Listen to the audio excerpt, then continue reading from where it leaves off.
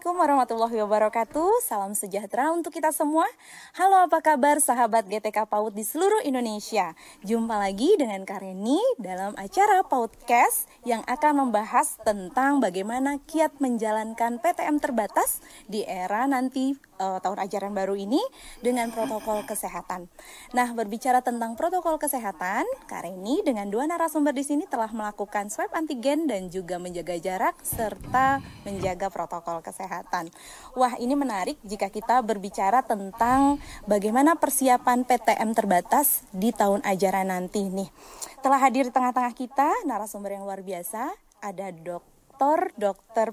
Windu Purnomo MS. Selamat datang, dokter. Terima kasih, Kak Reni. Luar biasa. Wah, terima kasihnya sudah semangat. Jadi saya harus lebih semangat ini ya. Beliau adalah dosen khusus di Departemen Epidemiologi, Biostatistika Kependudukan, Promosi Kesehatan, Fakultas Kesehatan Masyarakat Universitas Airlangga Surabaya. Serta beliau juga adalah Dewan Pengawas dari RSUD Dr. Sutomo Surabaya. Wah, luar biasa ini ya, dok. Menarik nih. PTM pasti bahasannya tidak jauh dari bagaimana pandemi ini terjadi dan tentang resiko-resiko gitu ya, dok. Bersiaplah, dok, dengan pertanyaan-pertanyaan saya. Are you ready, dok? Nah, tentu siap. Tentu siap, luar biasa. Dan di tengah-tengah kita juga sudah hadir ibu hebat dari 3 orang putri yang selama BDR atau belajar dari rumah mendampingi dengan luar biasa putri-putrinya. Selamat datang Bunda Nila Fitria MPD. Ya, terima kasih Kak Reni. Nah, luar biasa. Berbicara tentang BDR nih Bunda Nila, bahwa kita tahu semenjak terjadinya pandemi maka kebijakan pemerintah adalah melakukan BDR. Tentu saja ini melibatkan hampir 100% dari peran orang tua nih Bunda. Nah, teman-teman ingin tahu nih bagaimana pengalaman Bunda selama mendampingi anak-anak BDR di rumah, Bun. Iya, terima kasih Kak Reni. Tentunya pengalaman mendampingi anak-anak selama belajar di rumah itu merupakan pengalaman yang sangat luar biasa ya Kak Reni. Karena saya memiliki 3 orang putri yang masing-masing memang memiliki waktu untuk memulai Zoom meeting itu hampir bersamaan.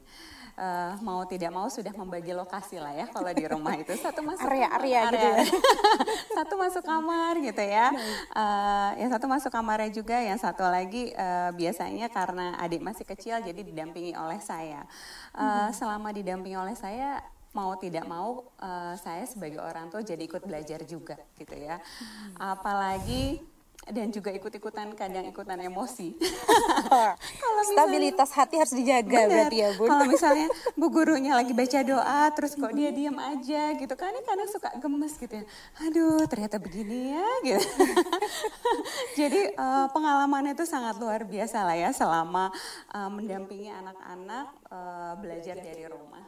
Nah, ini juga jadi hal menarik nih Bunda dari peran Bunda di rumah, dan yang seperti Kak Reni ketahui bahwa Bunda juga memiliki kegiatan lain selain menjadi seorang ibu. Adakah tantangan-tantangan tersendiri Bun? Selain tadi membagi waktu di rumah, area dan lain sebagainya, ini perihal tentang tentu saja di antara kita banyak ibu yang bekerja yang tiba-tiba harus mendampingi. Nah, ini Bun, tantangan yang dirasakan seperti apa? Iya, tantangannya adalah karena kami orang tua yang bekerja juga bekerja dari rumah, mau tidak mau, kadang tidak 100% mendampingi gitu ya. Tiba-tiba ketika kita ada kegiatan yang mungkin bersamaan waktunya dengan mereka Zoom gitu ya, mereka bisa datang ke kita, sudah selesai gitu. Tidak tahu kalau bundanya justru sedang melaksanakan WFH gitu ya. Sudah selesai, dia bilang gitu. Hah, apa iya udah selesai apa belum gitu ya. Kok cepet banget dan lain sebagainya. Ya karena memang kita nggak bisa 100% juga mendampingi anak-anak karena bekerja di rumah juga gitu ya. Betul, pasti memiliki tantangan tersendiri. Betul, ya Bu. Tantangannya sangat luar biasa juga gitu ya. Kadang tiba-tiba ada pekerjaan yang mungkin dia nggak mendapatkan informasinya secara utuh gitu ya. Betul. Karena pasti banyak distrakan kalau di rumah itu suasananya lebih santai, anaknya juga ikutan santai gitu ya. Dengan setiap menit bisa bolak-balik buka kulkas. Isi kulkas jadi harus full ya. Iya betul. Jadi begitulah tantangannya. Ya, itu menjadi hal yang menarik sekali ya Bunda, bagi bunda-bunda dan ayah juga yang sedang memiliki pengalaman yang sama tentunya mungkin dengan Bunda Nila, karena memang ini menjadi sesuatu hal yang baru ya Bun. Nah, tapi ini ada kabar baik Bunda, bahwa SKB 4 Menteri sudah menerangkan bahwa akan dilakukannya PTM terbatas nih Bun, pembelajaran tatap muka terbatas. Nah, bagaimana sambutan Bunda mengenai hal ini nih? Ya, saya sebagai orang tua jelas menyambut gembira sekali ya kabar akan dimulainya PTM terbatas ini. Walaupun memang dengan kondisi jumlah siswanya yang terbatas juga di dalam kelasnya. Akhirnya anak-anak kembali ke sekolah. Akhirnya anak-anak betul-betul menjadi anak sekolah seutuhnya. Ya, menjadi anak sekolah yang seutuhnya. Mereka harus bangun pagi, menyiapkan dirinya gitu ya, menyiapkan tas, terus memakai sepatu sendiri. Rutinitas itulah yang kadang hilang selama belajar dari rumah gitu ya. Dengan adanya PTM terbatas ini, kalau saya sih merupakan suatu kabar gembira buat saya gitu ya, karena anak-anak kangen loh dengar anak berinteraksi dengan temennya secara langsung, dia ketawa, ngobrol segala macam. Karena kan kalau saya lihat ketika mendampingi anak saya itu di Zoom itu yang aktif kadang anak-anak yang cenderung ekstrovert gitu ya. Bagi anak-anak yang cenderung pendiam itu ya diam-diam aja, kecuali dipanggil bu gurunya, ditanya ibu gurunya gitu kan ya. Tetapi lain halnya ketika nanti mulai PTM. Pasti mau tidak mau interaksi sosial antara anak-anak dengan teman sebayanya, dengan ibu gurunya, dengan orang-orang di sekitar sekolahnya itu pasti akan terjadi. Seperti itu sih. Jadi sudah ditunggu-tunggu sekali ya PTM ini ya Bun. Siapa ayo yang di rumah yang sedang menunggu PTM terbatas ini, ayo kita bersiap. Dan sebelum melaksanakan PTM tentu saja harus ada yang kita persiapkan. Nah, di tengah kita tadi sekarang sudah sampaikan nih ada Dokter Windu. Wah, Dok, bagaimana nih Dok kabar tentang PTM yang akan segera dimulai? Tentu saja karena ini pasti bertanya tentang gimana sih Dok prediksi ke depannya, terus epidemiologi tentang COVID-19 juga kan mungkin masih banyak orang yang gimana sih kondisi sebenarnya gitu lah Dok. Bagaimana Dokter tanggapan dari dokter mengenai persiapan PTM ini? Ya, jadi apa yang dialami oleh Bunda Nila tadi ya, itu juga apa yang saya lihat sendiri ya, karena saya juga punya cucu yang sedang pada usia dini, ya kan. Jadi mereka kan tentu butuh sosialisasi, ya, kemudian bersosialisasi dengan temannya, berinteraksi. Ini kan hilang ya. Nah, jadi tentu yang kita harapkan memang PTM terbatas ini memang bisa segera diaktifkan. Tetapi tentu kita jangan lupa ya bahwa anak-anak itu punya hak dasar kan, ya. Ada yang pertama kali adalah hak untuk hidup, ya, kemudian hak untuk sehat, dan memang itu hak untuk mendapatkan pendidikan, ya, pendidikan yang layak sesuai dengan usianya. Nah, di tengah-tengah pandemi ini, ya, kita kan tahu secara epidemiologi hari-hari ini kan kita lihat ada peningkatan kasus, ya. Terutama pasca Lebaran, pasca mudik kemarin, ya, di mana banyak terjadi pergerakan manusia, kerumunan, ya, di tempat wisata dan sebagainya. Nah, ini kan ada prediksi bahwa di Juni, Juli itu mungkin akan terjadi peningkatan kasus yang luar biasa. Ya, dan itu sudah disampaikan juga oleh para ahli di bidang kesehatan masyarakat, termasuk tim pakar dari gugus Satgas Pusat, ya, COVID-19. Nah, tentu tidak kita harapkan lah ya apa yang diprediksi itu menjadi kenyataan, ya. Kita berharap dengan antisipasi yang baik, ya, dari pemerintah daerah dan kita semua tidak terjadi lonjakan itu, ya, sehingga PTM terbatas itu bisa diaktifkan. Mudah-mudahan, tapi tetap harus ada evaluasi, ya. Jadi menjelang PTM terbatas buka, ya, maka evaluasi harus dilakukan sesuai dengan kondisi epidemiologi saat itu. Nah, kalau oke, ya oke, ya, kita semua senang gitu ya. Tetapi kalau tidak tentu jangan dipaksakan. Ya, jadi saya kira itu yang harus kita lakukan nanti. Jadi perlu persiapan yang matang dan evaluasi lanjutan. Betul. Gitu ya Dok. Nah, sahabat GTK PAUD di seluruh Indonesia, tadi kita sudah mendengarkan bagaimana prediksi dan kemudian epidemiologi dari COVID-19 dalam persiapan PTM yang nanti akan dilaksanakan pada tahun ajaran baru, serta beberapa pengalaman dari Dokter Windu dan juga dari Bunda Nila selaku ibu yang mendampingi anak-anak di masa BDR. Nah, di segmen selanjutnya kita akan berbicara tentang resiko dan persiapan yang bisa disiapkan oleh lembaga dan juga orang tua dalam persiapan PTM terbatas ini. Terima kasih.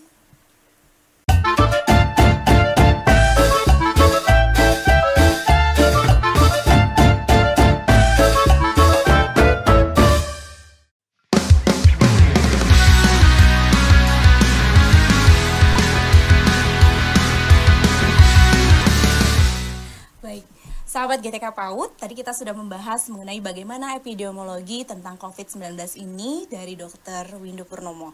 Dan tentu saja karena ini juga akan bertanya mengenai bagaimana sih dokter resiko ketika kita akan melaksanakan PTM. Artinya resiko kesehatan bagi anak-anak, guru, keluarga, dan juga mungkin masyarakat ya dok? Ya, jadi kalau keadaannya masih seperti sekarang ya, ada kecenderungan meningkat, tentu risikonya sangat tinggi untuk terjadinya gangguan kesehatan pada para anak usia dini ini ya, kalau dipaksakan bahwa PTM terbatas dibuka. Jadi kita tahu bahwa dari data ada 8% anak ya itu yang mengalami COVID-19 positif. Ya kan? Dan di antara mereka ada 1, sekian persen yang meninggal. Nah, jadi itu kan kita jangan lupa bahwa hak hidup dan hak untuk sehat itu harus nomor 1. Ya, jadi artinya yang kita harapkan tentu kondisi ini membaik. Ya. Nah, itu tergantung kita semua, masyarakat, pemerintah daerah, pemerintah pusat, bagaimana mengantisipasi ini, terutama masyarakat yang harus patuh terhadap protokol kesehatan, ya supaya kasus itu terkendali gitu. Betul. Jadi ini betul-betul ini ya dok harus dipahami oleh masing-masing individu ya dok ya. Jadi betul. Tidak bisa hanya keluarga, hanya masyarakat, tapi masing-masing gitu ya dok. Masing-masing gitu. Nah jadi tentu persiapannya harus matang ya, dan nanti bagaimana pelaksanaannya itu yang harus kita kendalikan ya. Baik itu kan persoalan PTM itu kan tidak hanya di sekolah, tetapi ada soal perjalanan ya kan, dari rumah menuju sekolah dan dari sekolah menuju rumah. Ya cuma memang kalau untuk anak usia dini sebenarnya tidak terlalu mengkhawatirkan dalam hal transportasi. Karena mereka biasanya diantar sendiri oleh orang tua kan, atau para pengasuh. Betul, dok. Tidak dibiarkan pergi sendiri ya. Nah, tetapi kan yang dikhawatirkan adalah ketika mereka berangkat itu kemudian misalnya menggunakan kendaraan umum. Nah, itu yang harus kita jaga. Nah, sebaiknya memang tidak menggunakan kendaraan umum ya, karena kita tahu bahwa transportasi umum itu ya kita lihat sehari-hari ya, tidak sepenuhnya memenuhi syarat untuk protokol kesehatannya. Ya, jaraknya terutama ya. Betul. Nah, jadi itu yang utama Kak Reni. Iya betul dok. Dan Kak Reni juga melihat kalau misalkan kita memberitahu anak-anak usia dewasa, misalkan SMP, SMA mungkin mudah ya dok, bagaimana protokol kesehatan yang sebenarnya. Nah di anak usia dini ini menjadi tantangan tersendiri tentunya ya dok. Dan nanti Kak Reni akan bertanya pada dokter, apa sih sebaiknya yang dilakukan guru dan juga sekolah dalam persiapan hal ini. Tapi tahan dulu dok. Nah mengenai hal ini Kak Reni mau tanya nih sama Bunda cantik ini nih. Tadi sudah disampaikan beberapa resiko nih Bun mengenai PTM yang akan dilakukan, dari mulai perjalanan, dari rumah, dan resikonya ternyata tidak kecil ya dok ya. Jadi bisa meluas kalau kita tidak aware gitu Bun, tidak terlalu memperhatikan. Nah apa sih yang perlu dipersiapkan, atau secara Bunda sebagai ibu kira-kira untuk meminimalisir resiko ini apa yang kira-kira harus dilakukan Bun? Ya tentunya saya selaku ibu untuk meminimalisir resiko ya, agar tidak tertular COVID dan lain sebagainya gitu ya Kak Reni ya. Yang pertama adalah sudah memastikan bahwa kalau PTM ini berlangsung langsung gitu dan anak saya mengikuti PTM gitu ya, sudah memastikan bahwa anak saya dalam keadaan tubuh yang sehat gitu ya. Tubuh harus sehat dulu ya, Tubuhnya Bun. harus sehat dulu. Kemudian pastikan juga suhu badannya juga normal gitu.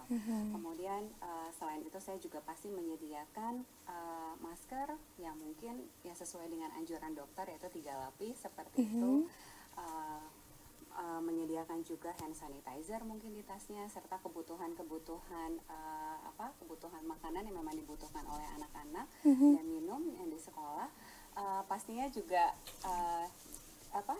Harus dipersiapkan gitu ya, dipersiapkan Bun. gitu ya sebagai orang tua. Saya rasa sih seperti itu. Karena untuk meminimalisir resiko yang pasti juga harus ada kerjasama di pihak sekolahnya, dan saya yakin sekali kalau sekolahnya siap menyelenggarakan PTM, pasti sekolahnya juga sudah menyiapkan semua prasarana. Yang pernah saya lihat ketika dampingi anak saya itu, bu gurunya jadi pernah Zoom di kelas anak saya memperkenalkan.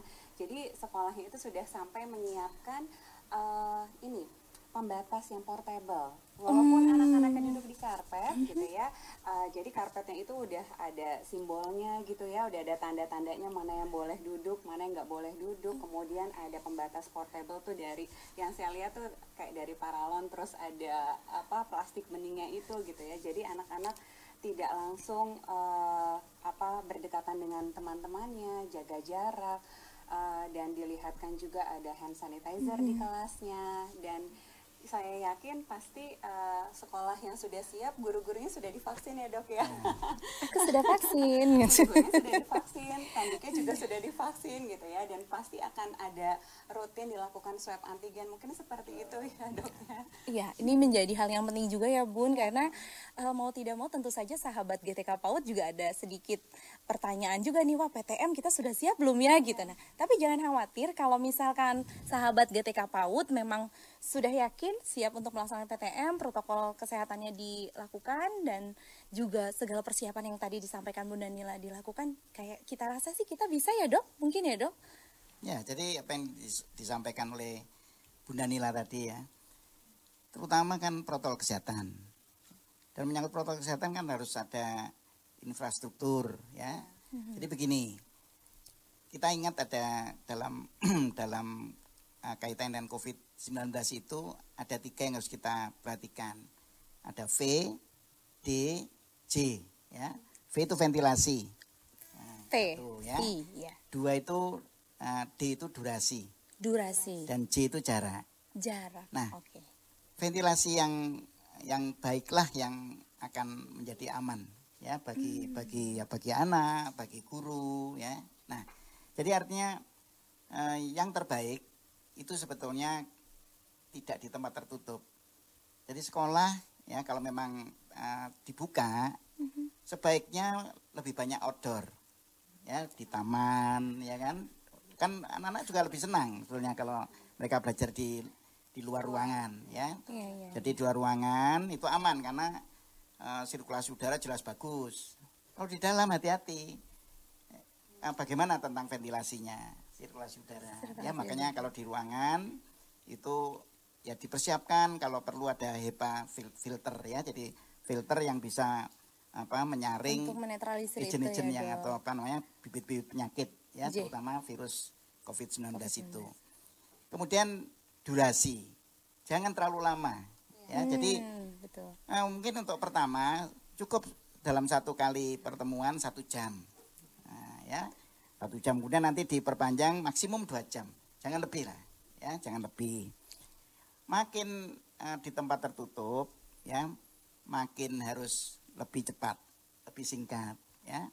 Dan jarak tetap ya, jarak diperhatikan antar anak jangan kurang dari 1,5 meter. 1,5 meter 1,5 minimal ya, Dok. Meskipun Baik. dia pakai masker ya, tetapi jarak adalah karena jarak yang baik itu yang paling menurunkan risiko yang paling besar dibandingkan pakai masker ya. Nah, jadi itu yang dilakukan PDJ itu. Makanya dipersiapkan oleh pihak sekolah bagaimana infrastrukturnya ya, tadi tentang ruangan ya dan sebagainya itu. Kemudian SOP ya, SOP-nya bagaimana bisa membuat anak-anak tendiknya, gurunya patuh, tidak melanggar, ya. Kemudian peralatan, ya, tadi hand sanitizer ditempatkan di mana, tempat cuci tangan dan sebagainya. Nah, jadi itu yang harus diperhatikan, ya. Itu menyangkut persiapannya. Wah, luar biasa nih, Dok. Jadi itu yang harus betul-betul diperhatikan, ya. Jadi VDJ tadi. VDJ. Ini hal yang menarik, istilah baru nih. VDJ, ventilasi, terus durasi dan juga jarak. Nah, karena PAUD ini penting, ya, karena PAUD itu penting, waduh, karena ini harus menyebut, karena memang PAUD itu penting banget, lebih penting dari segala urusan kita. Wah. Baik, kan, sahabat GTK PAUD, karena PAUD itu penting, maka karena ini akan tentu saja bertanya kepada dokter lagi nih, Dok. Seperti yang Kareni sampaikan tadi, bahwa menjadi sebuah tantangan tersendiri nih kalau anak-anak PAUD itu untuk menjelaskan mengenai protokol kesehatan. Hal apa sih, Dok, yang perlu diwaspadai khususnya terhadap anak-anak usia dini atau lembaga-lembaga yang membuka pelayanan bagi pendidikan anak usia dini ini, Dok? Ya. Jadi terutama yang paling penting itu peranan orang tua dulu, ya, di keluarga. Karena gini, ketika anak belajar artinya di publik toh itu, ya, sudah ketemu dengan temannya, ketemu dengan gurunya, ya, dan berinteraksi dengan lainnya, kan dia harus mematuhi protokol tadi. Nah, makanya pertama kali orang tua memang harus diajarin gitu, ya. Jadi artinya nanti di dalam persiapan itu orang tua diajak ikut serta dulu, dan mereka yang dididik dulu bagaimana mereka ngajari anak-anak di rumah untuk PHBS, ya. Jadi bagaimana pola hidup bersih dan sehat, gitu, ya, makanannya dan sebagainya, ya. Kemudian yang kedua adalah bagaimana mereka berprotokol kesehatan, ya. Menggunakan masker itu harus menjadi kebiasaan. Pembiasaan dulu, ya, Dok. Kebiasaan. Menjaga jarak juga harus bisa menjadi kebiasaan. Nah, itu kan dimulai dari rumah. Ya, sahabat GTK PAUD di seluruh Indonesia, ada hal menarik yang kita perlu persiapkan dari saran dari Dr. Windu ini, yaitu VDJ atau VDJ, ventilasi, durasi, dan juga jarak. Nah, ini perlu kita perhatikan sebelum nanti sahabat GTK PAUD melaksanakan PTM. Untuk selanjutnya, kita akan membahas mengenai persiapan-persiapan apa saja sih yang harus dilakukan oleh sekolah dan orang tua. Maka kita akan lanjutkan di segmen berikutnya.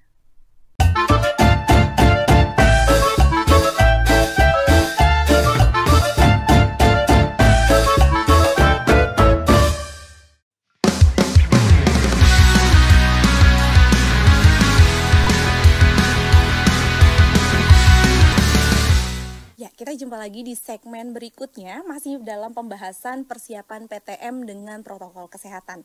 Nah, karena dari tadi nih, Kareni sudah bertanya ke Dr. Windu, ke Bunda Nila, tentu saja nih pasti Bunda Nila sebetulnya punya pertanyaan untuk Dr. Windu nggak sih yang membuat... Ada yang penasaran nih. Penasaran, boleh banget.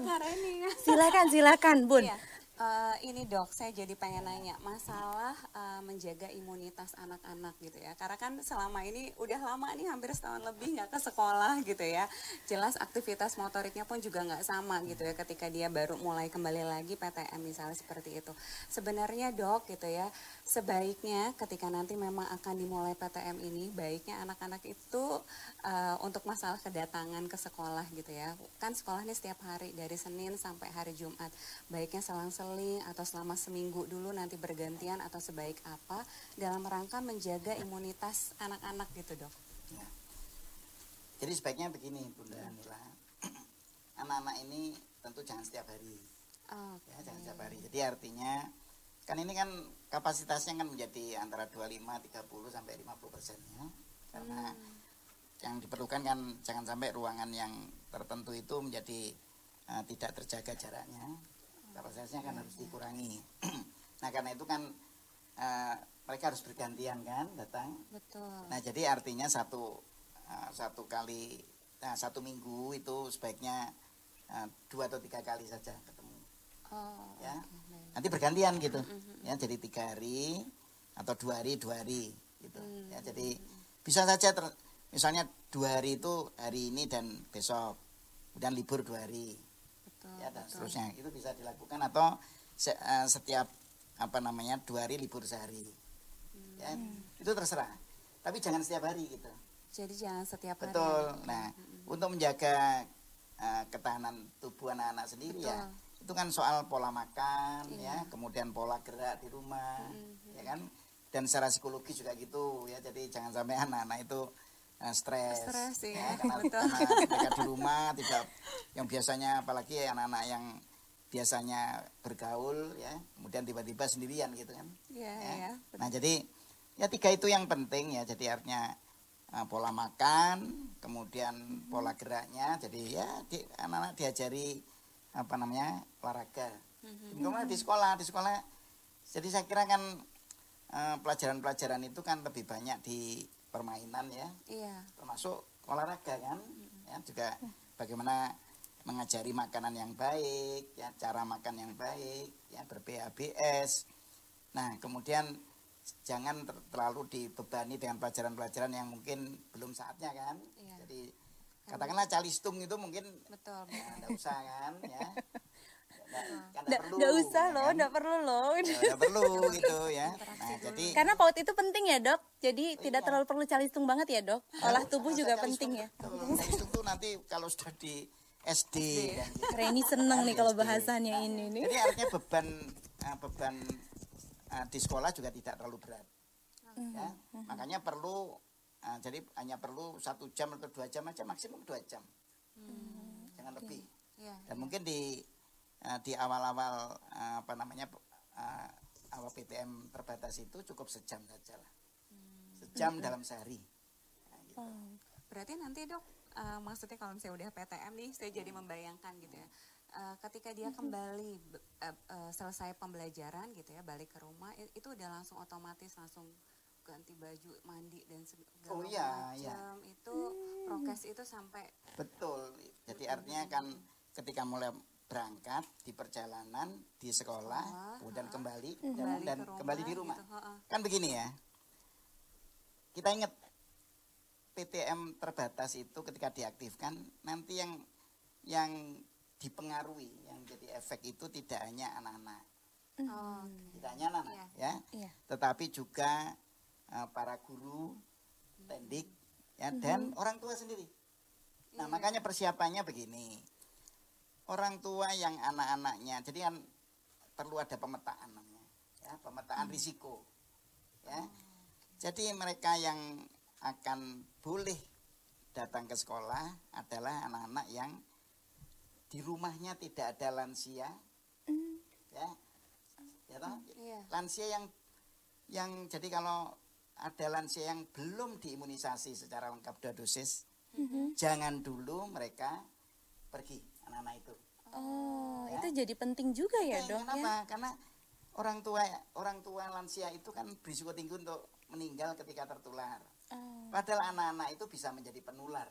Ya, jadi bisa saja meskipun protokol kesehatannya sudah dipatuhi dengan baik di sekolah, dia mungkin masih tertular. Tertular oleh tendik, tertular oleh gurunya, tertular oleh sesama, ini masih mungkin gitu ya, meskipun kan kita tidak tahu bahwa kan itu prokes itu tidak 100% loh ya. Tidak 100% gitu ya. Jadi paling pol dia kalau bagus banget ya 90-95%. Itu yang sudah bagus banget ya dok ya. Dan dia bisa membawa virusnya ke rumah. Kalau di rumah ada lansia yang belum tervaksinasi dengan lengkap, itu bisa tertular dan mereka yang akan jadi korban. Ini jadi perhatian penting untuk sahabat GTK PAUD ya, bahwa nanti guru berarti penting juga untuk melakukan mitigasi resiko terhadap pemetaan dulu pemetaan resikonya, tentang gurunya, tentang tendiknya, tentang orang tua mereka. Dicari tahu dulu bahwa satu rumah dengan lansia atau tidak, kemudian bagaimana kondisi rumah gitu ya dok. Jadi nggak main, wah udah dibuka nih PTM langsung aja gitu. Wah ini jadi pembelajaran penting nih Bunda Nila. Terima kasih loh pertanyaannya, karena Kak Reni juga sebetulnya ingin mencari tahu juga nih kepada dokter dok, ketika teman-teman kita tidak melakukan prokes. Tadi kan dokter bilang sehebat-hebatnya saja masih ada resiko sekitar 5-10% pembawa anak-anak membawa atau melakukan penularan. Nah, apa sih dok yang akan terjadi seandainya kadang kan karena ini mendengar beberapa sekolah pasti kita bisa kok melaksanakan PTM gitu. Nah, resiko apa sih dok yang paling mengkhawatirkan mungkin kalau kita tuh mengabaikan prokes ini dok? Ya. Jadi risiko tadi sekali lagi kan bukan hanya pada anak ya. Sebetulnya anak itu relatif lebih aman daripada yang lain, yang pada umur yang lebih tua. Ya, karena anak-anak ini imunitasnya kan lebih bagus. Ya, makanya untuk vaksinasi sendiri prioritasnya bukan pada anak-anak. Iya, betul. Ya kan? Betul, Prioritas betul, Dok. vaksinasi itu adalah pada lansia nomor 1. Lansia. Kemudian pada mereka yang punya komorbid. Dan di rumah anak-anak itu bisa aja ada, mungkin mereka bukan lansia, tetapi punya komorbid, meskipun lebih muda.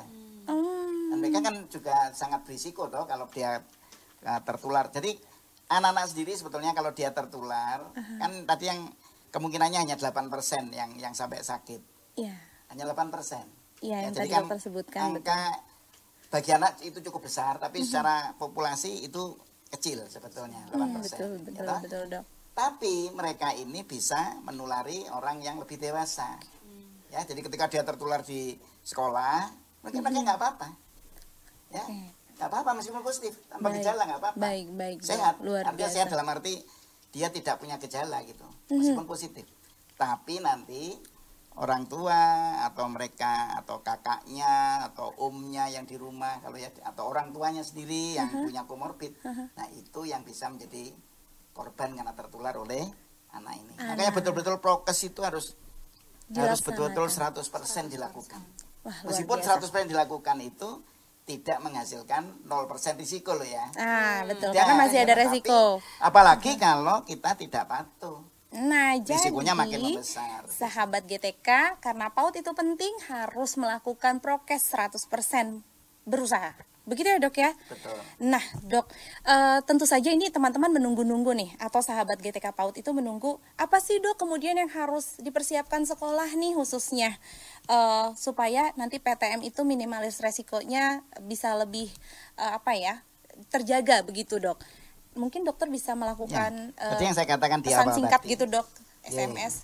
iya. Jadi yang dipersiapkan kan 3 ya, infrastruktur. Infrastruktur Jadi ya. tentang gedungnya, ventilasinya, ya kan. Jadi kalau misalnya masih ventilasinya kurang, ya tentu harus ditambahkan ya. Jadi artinya dibuat ventilasi baru, ya, sirkulasi udara diperbaiki, ya. Kalau perlu ada HEPA filter, ya. HEPA filter. Tetapi yang terbaik tentu jangan semuanya di dalam ruangan. Ruangan. Jadi nanti ya mempersiapkan kelas-kelas yang outdoor, yang di luar ruangan ya, di taman dan sebagainya itu dipersiapkan gitu ya, karena nanti dalam seminggu katakan ya 3 kali pertemuan ya, mungkin 2 kali justru di luar ruangan, yang sekali di dalam ruangan gitu. Nah kemudian dipersiapkan jadi itu infrastrukturnya ya, bagaimana penempatan dari tempat-tempat cuci tangan ya. Kemudian 2 SOP tadi harus jadi jelas gitu ya, Dok. Betul, perilakunya kan harus didasarkan pada protap. Jadi jangan sampai ada pelanggaran protap. Ya pelanggaran protokol kesehatan tadi. Ya, jadi nanti kalau ada ya pengelola sekolah yang melanggar ya tentu dikasih sanksi ya, dikasih sanksi oleh kementerian kah, oleh dinas pendidikan setempat, ya harus ada sanksi bahwa mereka melalaikan protokol kesehatan yang seharusnya dilakukan. Ya. Terkhusus Kemudian bagi anak usia dini ya, Dok tadi, ya. peralatan ya, termasuk bahan-bahan ya semacam tadi hand sanitizer, ya, disinfektan. Termogan penting juga kah, Dok? Oh iya gitu. Jadi setiap anak yang masuk, guru yang masuk, tendik harus betul-betul tidak ada gejala demam ya. Meskipun ya, demam itu kan tidak selalu terjadi pada orang dengan COVID-19 ya, karena banyak yang OTG loh. Ya. Iya, orang tanpa sama sekali tidak ada gejala, termasuk demam padahal dia positif. Betul. Jadi itu hanya salah satu saja cara, tapi tidak berarti mereka yang dinyatakan tidak demam itu berarti tidak bebas dari tidak COVID positif gitu ya, gitu. Ya. Wah, ini menjadi hal penting sekali. Jadi artinya prinsipnya kita harus hati-hati. Hati-hati. Ini jaga jarak itu yang paling penting. Jaga jarak. Jaga jarak. Jadi jangan sampai anak-anak itu kemudian berpelukan dengan temennya. Saking kangennya udah lama. Iya. Betul, Apalagi ada yang berbagi pengalaman. Jaga itu diajari dari rumah. Iya, pengalaman Reni, Dok. Anak-anak itu kan sekarang maskernya lucu-lucu, Dok. Ya. Jadi ada yang gambar Winnie the Pooh, ada yang gambar kartun lainnya. Nah ini tuker-tukeran, Dok. Itu yang ini gimana ya, Dokter? Boleh, makanya diajarkan sejak di rumah.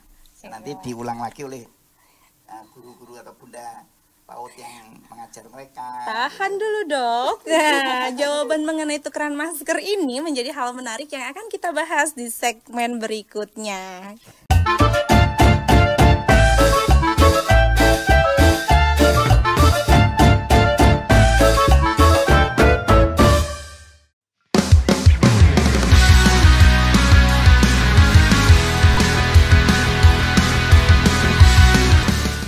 Sahabat GTK PAUD, ini semakin seru dan tadi bahasan terakhir adalah, dok bagaimana sih mengantisipasi anak-anak yang bertukar masker ini dokter Windu.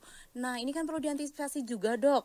Ini seperti apa antisipasi yang paling optimal kepada anak-anak? Karena kan anak-anak usia dini itu luar biasa dok. Rasa ingin tahu, rasa ingin memilikinya gitu dok. Ya memang itu bisa terjadi ya. Karena tentu saja anak-anak ini kan sesuatu yang baru itu kan mereka mesti kepingin ya, apalagi berbeda dengan apa yang dia punya. Betul, ya kan? Betul. Nah jadi makanya sekali lagi bahwa semua itu dipersiapkan dari rumah.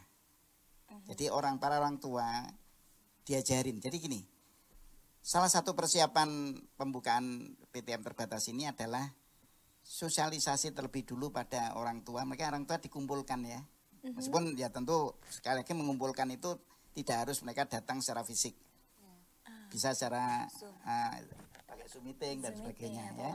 Mereka diajarin apa yang harus dilakukan dalam mempersiapkan anak-anak itu ketika akan kembali ke sekolah.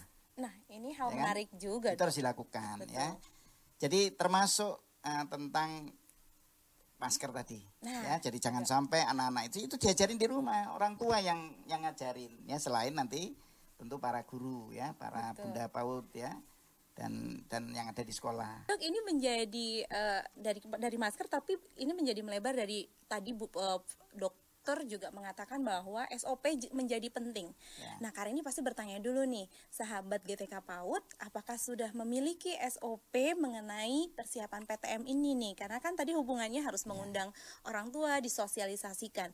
Nah, ini menjadi penting atau bagaimana dok SOP ini? Karena kan kebanyakan kalau tentang SOP, aduh SOP susah bikinnya gitu dok. Ya.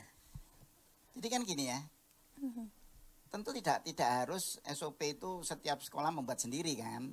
Ya, jadi SOP itu kan tentu dibuat oleh kementerian misalnya. Ya, kementerian, kemudian bisa dinas pendidikan setempat. Gitu. Tentu harus ada sosialisasi tentang SOP tadi. Jadi SOP jangan diminta kecuali untuk hal yang spesifik ya. Jangan diminta setiap sekolah membuat SOP-nya. Tidak harus ya, tetapi apa yang sudah dibuat oleh baik itu Kementerian Pendidikan maupun Dinas Pendidikan ya, itu disosialisasikan. Jadi sudah beredar enggak sih SOP itu? Itu harus dipastikan. Jangan-jangan banyak lembaga pendidikan PAUD ini yang memang belum pernah menerima kan. Ya, satu ya. Kemudian kedua ya, tentu kan supervisi harus dilakukan. Siapa yang mensupervisi ya dinas pendidikan setempat ya. Berarti ini berkaitan para juga ya dok. Ya, betul. Kan ada inspektur yang harus menginspeksi setiap tadi lembaga PAUD tadi, ya kan. Jadi mereka sudah punya enggak ya, dan mereka mematuhi enggak kan gitu. Harus ada supervisi, pengawasan tentang SOP ini ya dok ya. Betul. Dan kalau ada pelanggaran ya, tentu harus ada sanksi dong, sanksi administrasi, sanksi. Kalau enggak ada ya, tentu banyak yang nanti melanggar gitu ya, betul, dok. Melalaikan gitu. Betul. Nah ini menjadi hal penting juga ya dokter, sehingga Kak Reni mengajak, karena PAUD itu penting, maka teman-teman sebelum PTM, selain yang tadi disebutkan oleh dokter, ada VDJ, kemudian ada persiapan infrastruktur dan sarana prasarana lainnya, SOP menjadi salah satu hal penting. Nah mumpung nih dok, selagi belum dimulainya PTM, masih rencana, teman-teman sahabat GTK PAUD sudah mulai bisa menyusun SOP itu sendiri, bisa dicari dari berbagai sumber, begitu ya dok ya? Ya, cuma sekarang pertanyaannya, kalau menurut Kak Reni, harus ditanya. Kak Reni kebagian. Sebenarnya bisa nggak sih itu terlaksana gitu? Bikin SOP dok? Ya artinya penyiapan SOP-nya, melaksanakan SOP-nya. Kira-kira bisa nggak? Menurut Karini bisa, Dok. Nah, Karini langsung bilang aja bisa. Jadi kalau ada yang bilang tidak bisa berarti tidak mau mencoba dong. Bisa. Jadi kebetulan Karini juga memiliki lembaga PAUD, Dok. Ya. Dan saya bersyukur ketika dokter bilang semua kegiatan jangan di dalam kelas terus, di luar kelas. Dan itu menjadi sambutan buat Karini karena sebagian besar Karini itu lahannya nggak punya ruang belajar, Dok. Jadi hanya halaman lapangan bermain gitu, dan itu menjadi wah semangat gitu. Justru di masa pandemi ini ya yang belum terkontrol betul, justru yang di luar ruangan itu yang lebih bagus, yang Lebih terbaik, bagus, ya. yang risikonya jauh lebih rendah daripada di dalam. Dan jadi jangan berkecil hati ya sahabat GTK PAUD yang tidak punya ruangan besar, juga tidak memiliki ruangan-ruangan yang cukup untuk anak-anak. Lapangan atau halaman sekolah bisa menjadi tempat belajar yang menyenangkan juga ya, Dok. Dan SOP bisa, Dok. Ya. Alhamdulillah Karini sudah buat, Dok. Ya. Dan persiapan saja sosialisasi yang belum. Nah, ini yang akan Karini lakukan sesuai dengan tadi saran dari dokter. Kemudian Karini juga mengajak sahabat GTK PAUD untuk mempersiapkan beberapa hal yang tadi Dokter Windu sampaikan. Wah, ini menarik, Dok. Terima kasih banyak loh, Dokter. Saya jadi ditanya lagi. Kebagian ya, Karini, Kebagian. ya. Jadi host plus narasumber gitu. Baik, dan tentu saja kali ini pasti bertanya nih, Dok, kepada Bunda Nila. Tadi kan dari segi ahli epidemiologi tentang COVID-19 ini, kemudian dari orang tua nih, setelah mendengarkan paparan dari Dokter Windu, kiat-kiat apa sih, Bun, yang bisa kita berikan kepada sahabat GTK PAUD yang sedang menyaksikan acara hari ini? Oke, kalau berbicara tentang kiat-kiat, rasanya agak banyak gitu ya, Dok ya. Kalau saya mungkin selaku orang tua, saya akan mengatakan bahwa yang pertama dari segi kognitif dulu dalam hal ini adalah tadi seperti yang dokter sampaikan. Saya memberikan pengetahuan kepada anak saya sendiri gitu ya, bahwa nanti akan mulai PTM gitu ya, datang ke sekolah dengan mungkin jumlah temannya nggak banyak seperti biasanya. Biasanya di Zoom bisa 20 orang gitu ya. Nanti mungkin ketika di kelas jumlah temannya juga nggak terlalu banyak gitu ya, sehingga harus mematuhi protokol kesehatan. Saya tadi agak menarik ada ya yang tukeran masker gitu ya, karena selama ini anak saya nggak pernah, alhamdulillah, tuker-tukeran masker, dan saya selalu mengingatkan anak saya gitu ya untuk jangan sampai menyentuh permukaan yang mungkin tidak boleh gitu ya, dokter ya, kemanapun kami pergi gitu. Jadi itu jadi suatu hal yang sangat terus diingatkan gitu ya, ke mall kah atau kemana gitu ya, jangan pegang dan lain sebagainya. Jadi pengetahuan itu yang perlu disampaikan kepada anak saya supaya juga memang dia ingat gitu, pesan dari Bunda gitu ya, pesan dari Bunda. Pesan dari Bunda. Terus yang kedua adalah menyiapkan secara fisik tadi, makanan yang bergizi dengan gizi yang seimbang, dan juga pasti menambahnya dengan asupan vitamin seperti itu. Selain dari mengecek suhu tubuh anak saya sendiri ya, tahu kalau dia akan berangkat ke sekolah dalam kondisi yang sehat, harus dipastikan itu. Dan istirahat yang cukup, ya dokter ya, karena udah euforianya seneng mau ke sekolah gitu ya, padahal mungkin di sekolah juga belum bisa bermain yang secara seperti biasa gitu kan ya, Dok ya. Jangan sampai tidak istirahat. Jadi istirahat yang cukup juga harus dijaga tubuhnya, staminanya. Dan yang terakhir adalah mungkin dari segi psikisnya. Jangan sampai karena mau ke sekolah dia stres gitu. Jadi tetap tenang, tetap pastikan kepada anak-anak bahwa nanti belajarnya senang karena ketemu bu guru akhirnya gitu ya, menyenangkan, aman dan nyaman, dan dengan seragam tambahan yaitu harus pakai masker gitu ya, misalnya seperti itu. Jadi jangan sampai juga dia stres atau ketakutan sendiri gitu ya, dokter ya, ada di dalam ruang kelas dengan jumlah teman-temannya yang nggak seperti biasanya. Seperti itu sih. Luar biasa. Tipsnya berlaku sekali. Saran dari dokter adalah berlaku untuk Karini sebagai pendidik, dan saran dari Bunda Nila berlaku untuk Karini sebagai ibu dari 5 orang anak. Wah, luar biasa ini. Dan sahabat GTK PAUD, ini perbincangannya hangat sekali, dan Karini yakin teman-teman pasti ternyata persiapannya tidak semudah itu ya. Tetapi jangan khawatir, sesuatu hal yang kita coba pasti kita bisa. Karena PAUD itu penting, jadi harus dicoba. Dari mulai tadi ya dok, membuat SOP dulu. Bagaimana proses dari mulai pemberangkatan dari rumah sampai kedatangan, kemudian penyambutan dan proses belajar sampai tiba di rumah lagi. Kemudian jangan lupa pemetaan juga ya dok tadi. Dan tips dari Bunda Nila juga tadi mengatakan bahwa ibu nggak usah khawatir, nggak usah stres, karena stres itu yang akan membuat kita jadi pornografi ya, jadi takut yang berlebihan gitu ya. Khawatir boleh tapi tetap waspada. Khawatir boleh tapi tetap waspada. Nah dok, terima kasih banyak nih mengenai perbincangan hangat kita hari ini. Kak Reni ucapkan terima kasih banyak dokter, dan semoga dokter selalu sehat dan bahagia dok. Amin. Amin. Ada pesan kepada teman-teman sahabat GTK, sampaikan PAUD itu penting gitu dok. Ya.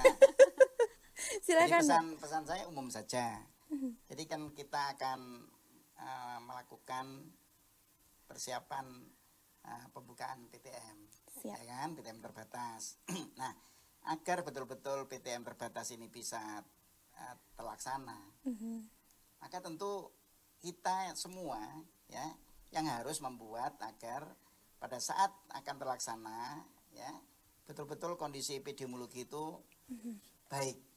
Jadi sejak sekarang ya baik kita semua masyarakat ya, termasuk para sahabat GTK PAUD ya, semua dan anggota masyarakat semua patuhilah ya protokol kesehatan 100% agar kita ini menjadi cepat normal ya, paling tidak terkendali.